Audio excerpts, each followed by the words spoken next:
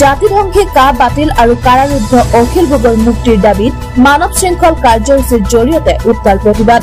ৰাজ্যজুৰি প্ৰবল প্ৰতিবাদৰ ঢৌ অব্যাহত থকাৰ সময়তে আজি ধুবুৰী জিলা কৃষক মুক্তি আৰু ছাত্ৰ মুক্তি সংগ্ৰাম সমিতিৰ যৌথ উদ্যোগত বিলাসীপাৰা গান্ধী চকত এখন মানৱ শৃংখল কাৰ্যসূচীৰ জৰিয়তে উত্তাল প্ৰতিবাদ সাব্যস্ত কৰা দেখা যায়।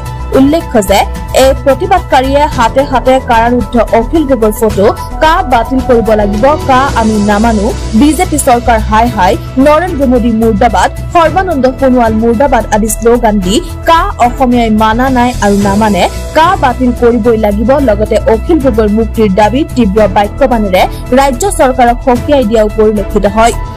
জিলা ছাত্ৰ মুক্তি সংগ্ৰাম সমিতি আৰু কৃষক মুক্তি সংগ্ৰাম সমিতি আজি মানৱ শৃংখল কাৰ্যসূচী ৰূপায়ণ কৰিলোঁ। আজিৰ এই কাৰ্যসূচীৰ জৰিয়তে আমি কেন্দ্ৰীয় নৰেন্দ্ৰ মোদী আৰু অসমৰ মুখ্যমন্ত্ৰী সৰ্বানন্দ সোণোৱালক উকিয়াই দিছোঁ যে আমি কা নামানো, কা কোনো পদে অসমত গ্ৰহণ কৰিবলৈ দিয়া নহ'ব। আৰু আমাৰ এজনো কৃষক মুক্তি সংগ্ৰাম সমিতি আৰু ছাত্ৰ মুক্তি সংগ্ৰাম সমিতিৰ এজনো সদস্য জীয়াই থকালৈকে কেতিয়াও এই কা আমি কেতিয়াও অসমত গ্ৰহণ কৰিবলৈ নিদিওঁ। আমি মুখ্যমন্ত্ৰী সৰ্বানন্দ সোণোৱালক আমি শেষবাৰলৈকে সকীয়াই দিছোঁ যে কা অতি শীঘ্ৰে আপোনালোকে বাতিল কৰক আৰু জনতাৰ প্ৰতিবাদী কণ্ঠ অখিল গগৈক অতি শীঘ্ৰে মুক্তি দিয়ক, নহ'লে অসমৰ পৰিস্থিতি বেয়া হ'ব, অতি ভয়ানক হ'ব। আপোনালোকে জানে যে অখিল গগৈ কোনো মাওবাদী নহয়, অখিল গগৈ কোনো সন্ত্ৰাসবাদী নহয়, অখিল গগৈ হ'ল অসমত জনতাৰ প্ৰতিবাদী কণ্ঠ।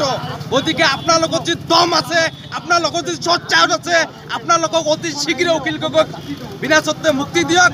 আৰু 2021 যি নিৰ্বাচন আছে, আপোনালোকে আমাৰ ৰাইজৰ দলৰ লগত আপোনালোকে মোকাবিলা কৰক। যি দম আছে আপোনালোকৰ, হিমন্ত বিশ্ব শৰ্মাক প্ৰথমে কৈছোঁ যে আপোনালোকৰ যি দম আছে তেনেহ'লে অখিল গগৈক মুক্তি দিয়ক। জাতিৰ স্বাৰ্থত তেওঁলোকে আপোনালোকে সাগৰৰ পৰা আলী আকবৰৰ ৰিপৰ্ট প্ৰতিফলন লাইভ।